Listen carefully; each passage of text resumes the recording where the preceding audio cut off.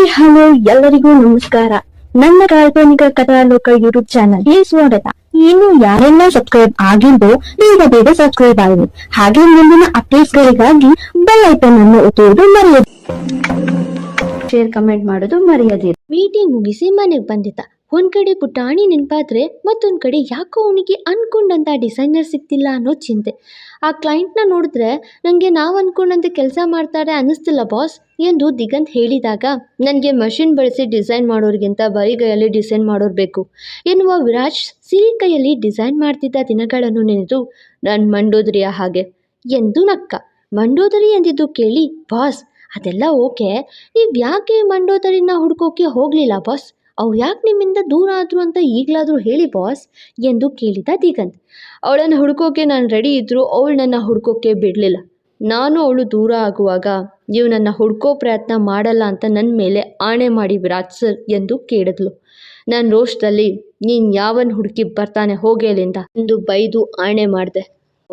ನಾನು ಅವಳನ್ನು ಹುಡುಕುವ ಮನಸ್ಸಿದ್ರು ಆ ಆಣೆ ನನ್ನನ್ನು ಕಟ್ಟಾಕ್ತು ಎಂದವನ ಕಣ್ಣಲ್ಲಿ ಅವಳ ಮೇಲಿದ್ದ ಪ್ರೀತಿ ಎಂಥದ್ದೆಂದು ತಿಳಿಯುವ ದಿಗಂತ್, ಅದಾದಮೇಲೆ ನಿಮಗೆ ಅವ್ರ ಸುದ್ದಿ ಸಿಗಲಿಲ್ವಾ ಬಾಸ್?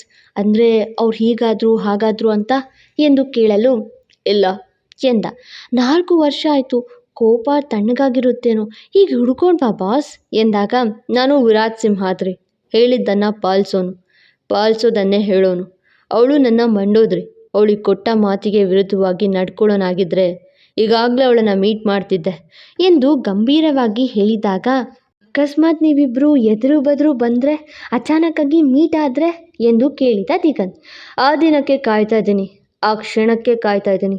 ಅವಳನ್ನು ಈ ಬಾರಿ ಅಚಾನಕ್ಕಾಗಿ ಮೀಟ್ ಮಾಡಿದ್ರೆ ಬಿಟ್ಟು ಕೊಡೋ ಮಾತೇ ಇಲ್ಲ ಎಂದವ.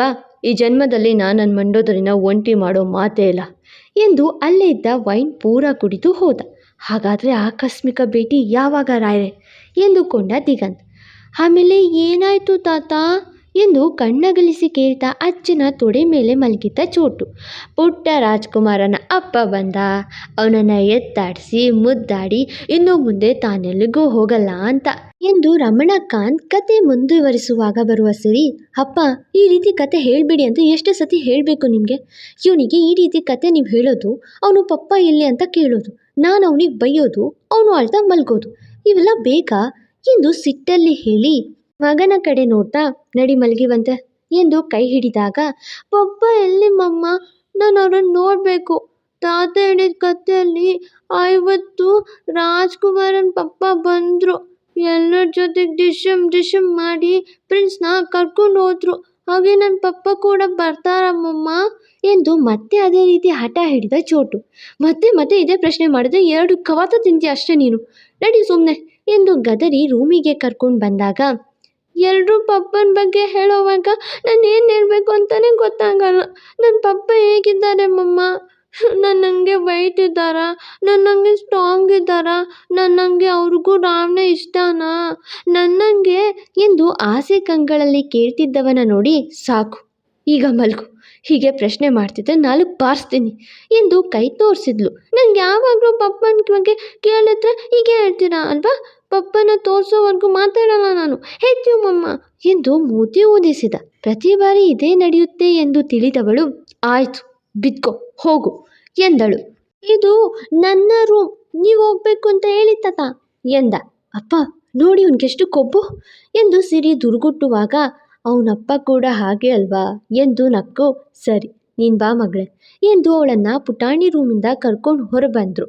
ಅವರು ಹೊರಗಡೆ ಹೋಗ್ತಿರೋದು ನೋಡಿ, ಹೆಚ್ಚು ಮಮ್ಮ ನಾನು ಮಾತಾಡಲ್ಲ ನಿಮ್ಮ ಜೊತೆಗೆ ಎಂದು ಕಿರಿಸ್ತಿದ್ದ ಸೀಲಿಂಗ್ ಕಿತ್ತು ಹೋಗೋ ಹಾಗೆ ಚೋಟು. ಅಪ್ಪ ನೀವು ಯಾಕೆ ಅವನಿಗೆ ಅಪ್ಪ ಅಮ್ಮ ಮಗು ಇರೋ ಕತೆಗಳನ್ನು ಹೇಳೋದು?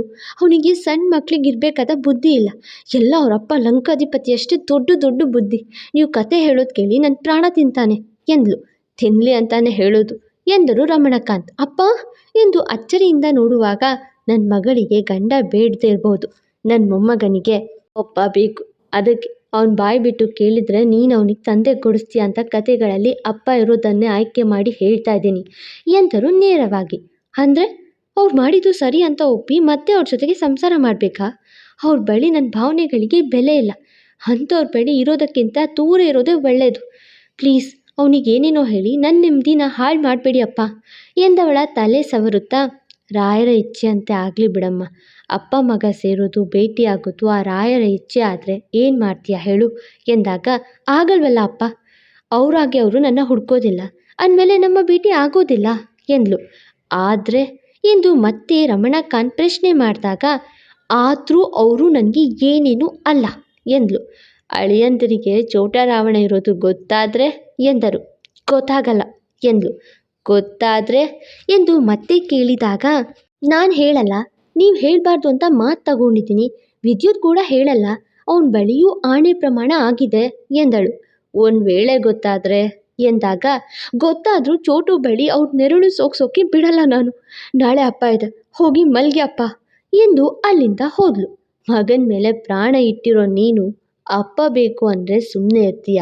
ನೋಡೋಣ ನಮ್ಮ ರಾಜ್ಕುಮಾರ ಯಾವಾಗ ಮಹಾರಾಜ ಬೇಕು ಅಂತಾನೆ ಅಂತ ಎಂದ್ಕೊಂಡು ನಕ್ಕರು. ಹಾಗೆ ಬಿರುಸಾಗಿ ರೂಮಿಗೆ ಬಂದು ಬಾಗ್ಲ ಕೊಳ್ಳುವ ಸಿರಿ ಕಣ್ಗಳು ಕಂಬನಿಯಿಂದ ಕೂಡಿತ್ತು.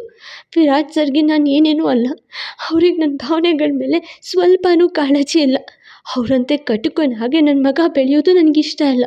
ಈ ಜನ್ಮದಲ್ಲಿ ವಿರಾಟ್ ಸರ್ ಮತ್ತು ಚೋಟು ಭೇಟಿ ಆಗೋಕ್ಕೆ ನಾನು ಬಿಡಲ್ಲ. ಅವ್ರ ನೆರಳು ನನ್ನ ಮಗನ ಮೇಲೆ ಬೀಳೋಕ್ಕೆ ನಾನು ಬಿಡಲ್ಲ ಎಂದ್ಕೊಂಡವಳಿಗೆ ಗೊತ್ತಿಲ್ಲ ಅಪ್ಪ ಮಗನ ಭೇಟಿ ಅದಾಗಲೇ ಆಗಿದೆ ಎಂದು. ಮುಂದೆ ಅಪ್ಪ ಮಗನ ಭೇಟಿ ಆಯಿತು. ಪುಟ್ಟ ರಾವಣನ ಮುಂದೆ ದೊಡ್ಡ ರಾವಣ ಸೋಲ್ಲೇಬೇಕಾಯಿತು. ಇನ್ನು ಮುಂದೆ ಮಂಡೋದರಿ ಮತ್ತು ಲಂಕಾಧಿಪತಿಯ ಭೇಟಿ ಮಾಡಿಸೋಣ, ಏನಂತೀರಾ? ಅರೆ ಏನು, ಚೋಟ ರಾವಣ ಪುಟ್ಟ ಪೂಜಾರಿ ಆಗಿದ್ದಾರೆ ಎಂದು ಸಿರಿ ಕೇಳಿದಾಗ, ತಾತ ನಾನೊಬ್ಬರ ಜೊತೆಗೆ ಬಿಟ್ಟಿದ್ದೀನಿ ಅಂತ ಹೇಳಿ ಎಂದ ಚೋಟ ರಾವಣ್.